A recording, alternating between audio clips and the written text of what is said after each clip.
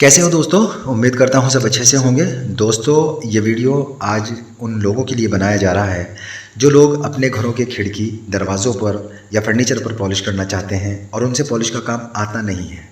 तो वो ये सोच लेते हैं कि हमारे से काम ख़राब हो जाएगा, हमें पता नहीं है कि इसका बेस कैसे बनेगा, या इसके अंदर ग्लॉस कैसे आएगी, या इसके अंदर मैट हम कैसा करेंगे, इसके अंदर कलर कैसे डालेंगे, किस तरह से हम पॉलिश की तरह पॉलिश कर सकते हैं जैसे और लोगों की हमने देखी है, ऐसा वाला पॉलिश हम कैसे कर सकते हैं।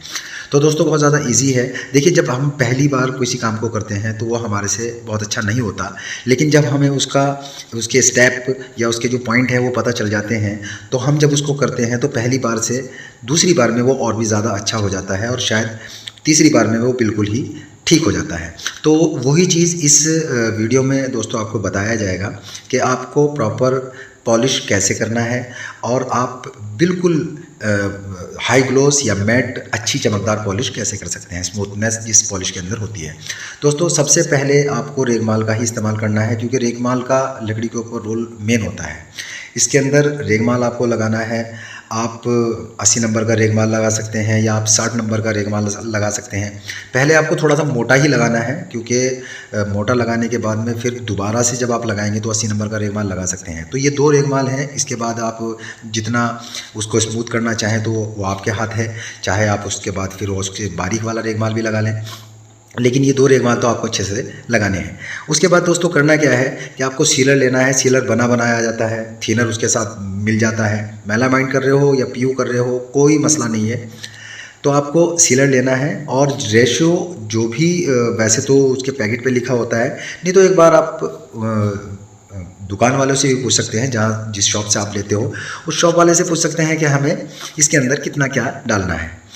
तो दोस्तों और वैसे सीधी सी बात यह है कि अगर आपको स्प्रे गन का इस्तेमाल करना है तो इस स्प्रे गन से आपको जो आपका जो मटेरियल है, जो भी पॉलिश है वो इजीली निकल जाए, इस तरह से आपको उसमें बना देना है। हार्डनर भी होती है, अगर आप पीयू कर रहे हो तो उसके अंदर आपको हार्डनर डालनी है। उसके अंदर भी रेशियो छोटा सा एक पैकेट आता है तो उसके अंदर हार्डनर होती है।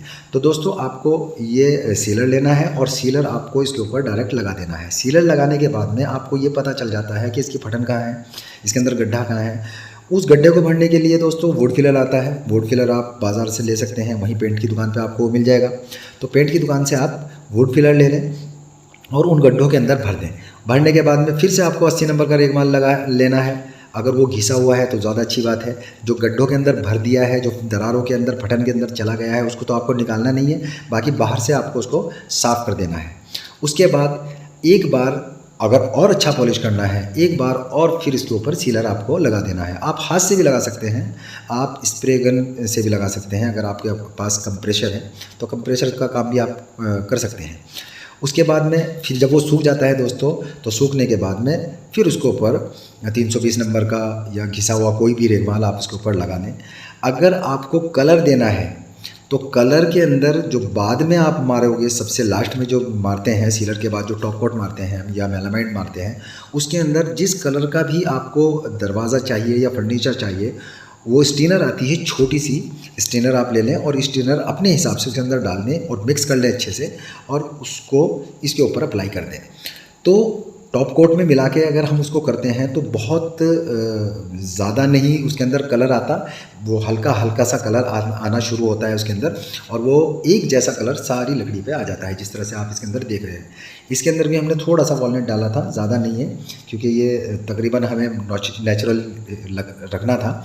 तो इसके अंदर हमने थोड़ा सा स्टीनर डाला था और स्टीनर डालने के बाद ये इसका हल्का सा रेडनेस इसके अंदर आपको दिखाई दे रही होगी।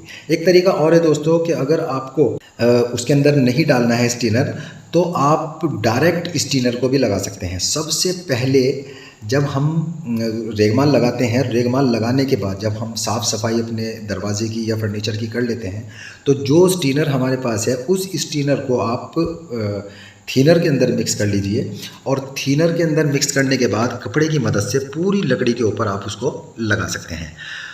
ये सीलर से पहले लगाना है। अगर आप पूरी लकड़ी के ऊपर स्टीनर लगा देंगे तो सारी लकड़ी एक कलर की हो जाएगी। उसके बाद आपको सीलर डालना है, फिर उसकी कटाई करनी है, फिर सीलर डालना है, मरम्मत करनी है, फिर कटाई कर देनी है और उसके बाद टॉप कोट मार देना है।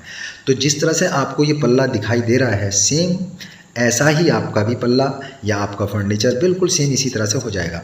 तो ये छोटी छोटी सी बातें हैं दोस्तों जो आपको अपनी पॉलिश में करना है, बाकी और बहुत बड़ा मसला नहीं है। अगर आप चाहें